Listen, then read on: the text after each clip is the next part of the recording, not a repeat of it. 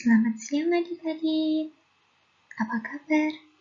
Semoga sehat selalu ya. Sudah siap menerima pelajaran hari ini? Oke, let's go. Belajar apa sih hari ini? Ya, kita mau belajar tentang sejarah uang. Di sini ada dua masa. Masa pertama, masa sebelum ditemukan uang, dan masa kedua, masa sesudah ditemukan uang. Pertama, masa sebelum ditemukan uang. Teman-teman, apakah kalian sudah pernah mendengar sejarah uang?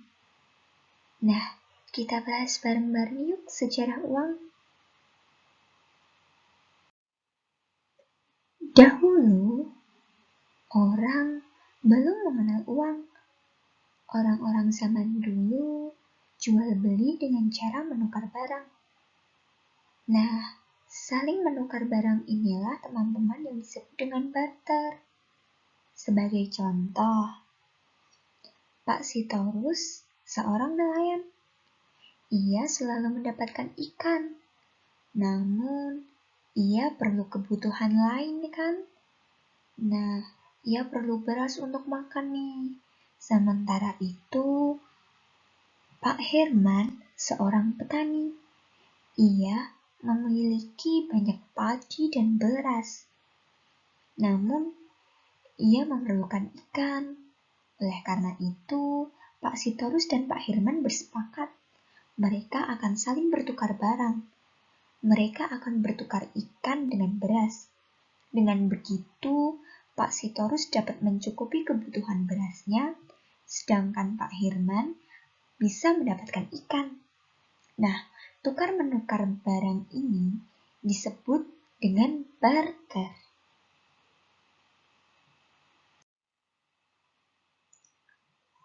Nah, teman-teman, orang zaman dahulu itu melakukan tukar-menukar barang atau barter.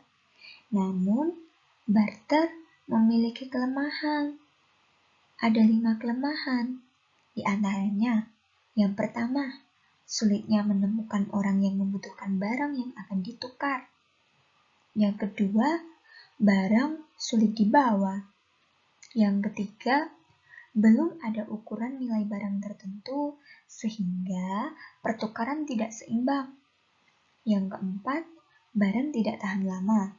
Dan yang kelima, barang yang ditukar sulit untuk dibagi atau dipecah-pecah.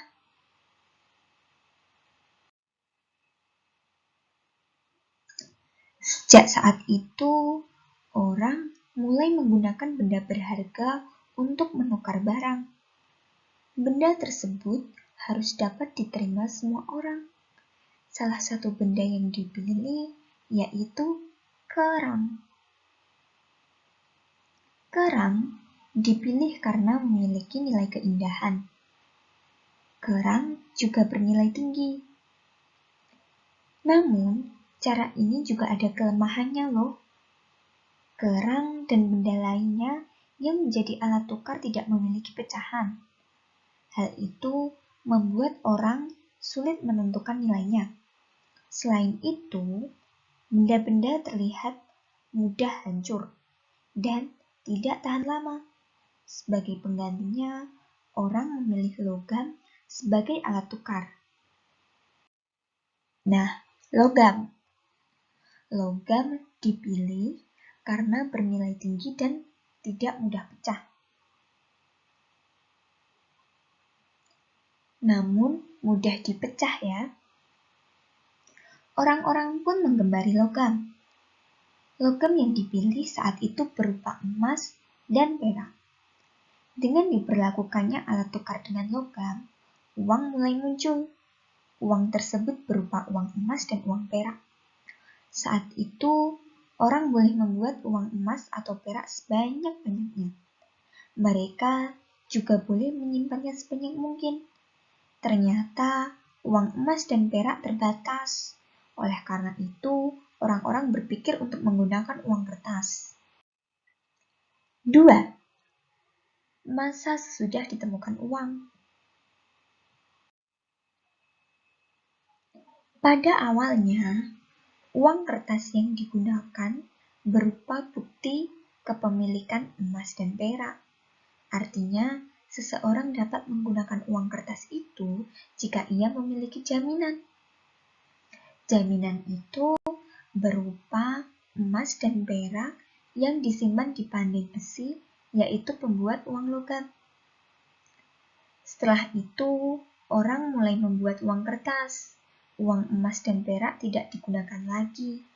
Orang-orang mulai menggunakan uang kertas seperti sekarang. Di Indonesia, orang sudah mengenal uang sejak zaman penjajahan. Saat itu, uang yang dikenal berupa uang kertas dan logam.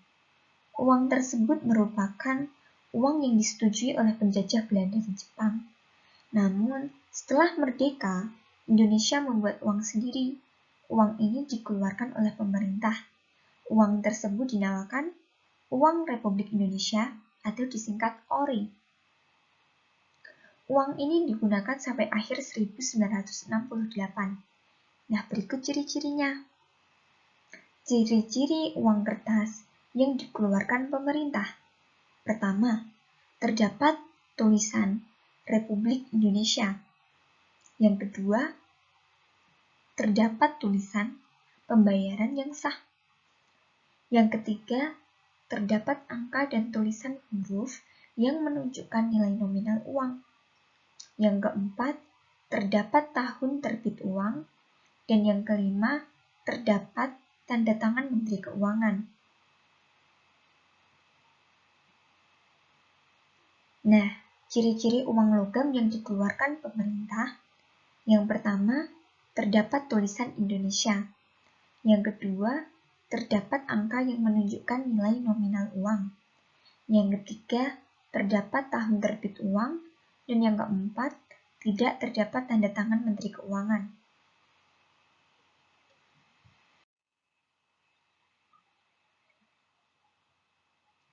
Sejak 1968 sampai sekarang, uang dikeluarkan oleh Bank Indonesia. Uangnya berupa uang logam dan uang kertas. Ciri-ciri uang kertas dan uang logam yang dikeluarkan Bank Indonesia adalah sebagai berikut.